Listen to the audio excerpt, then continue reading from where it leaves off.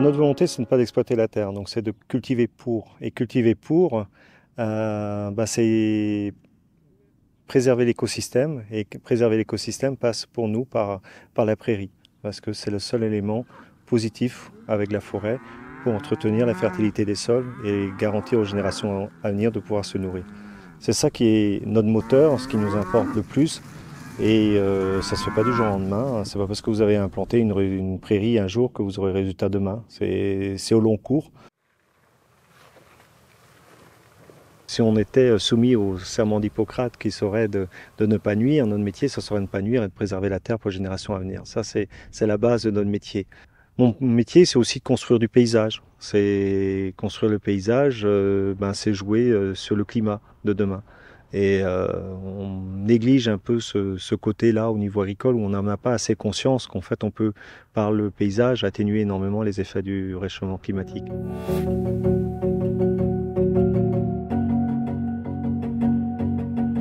La haie, pour moi, c'est bien sûr c'est la biodiversité, etc. Mais ce qui est un élément très important, c'est aussi son impact sur le cycle de l'eau, parce qu'elle va atténuer le vent, donc atténuer l'évapotranspiration, donc économiser de l'eau. Pour moi, avant d'arroser, il faut planter des haies. Voilà. On a dit il y a quelques années, on a parlé de pollution par les nitrates, etc. On dit oui, mais c'est la résultante, le prix à payer de la souveraineté alimentaire, la France avait faim, il fallait la nourrir. Bon, d'accord. Disons qu'on ait relevé ce défi-là. Il y a eu le problème environnemental sur les nitrates ou les pesticides, etc. Là, on a fait un peu les sourds. Et aujourd'hui, on reparle de souveraineté alimentaire, mais ça, on sait faire. Non, je crois que le paysan pourrait dire que la terre lui appartient. Non, on n'est que de passage sur terre. Et l'agriculture, c'est une affaire de société. Il faut savoir ce qu'on veut. Et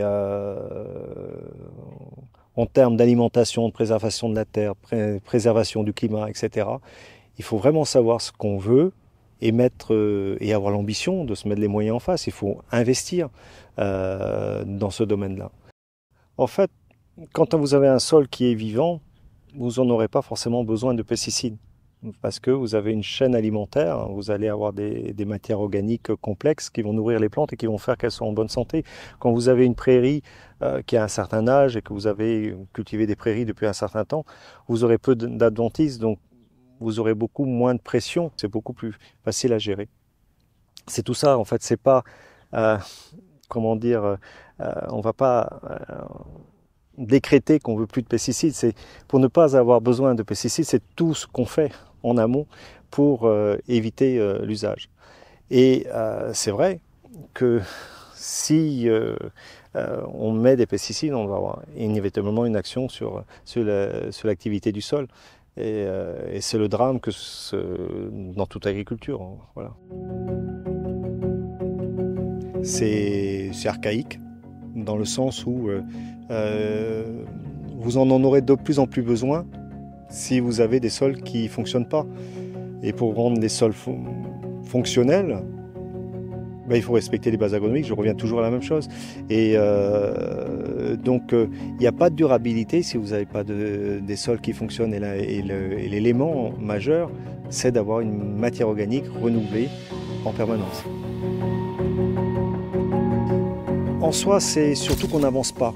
C'est-à-dire que c'est pas dire on va cadrer l'usage des pesticides. C'est pas ça le sujet pour moi. C'est qu'est-ce qu'on fait pour ne pas en avoir besoin ou avoir le moins besoin possible.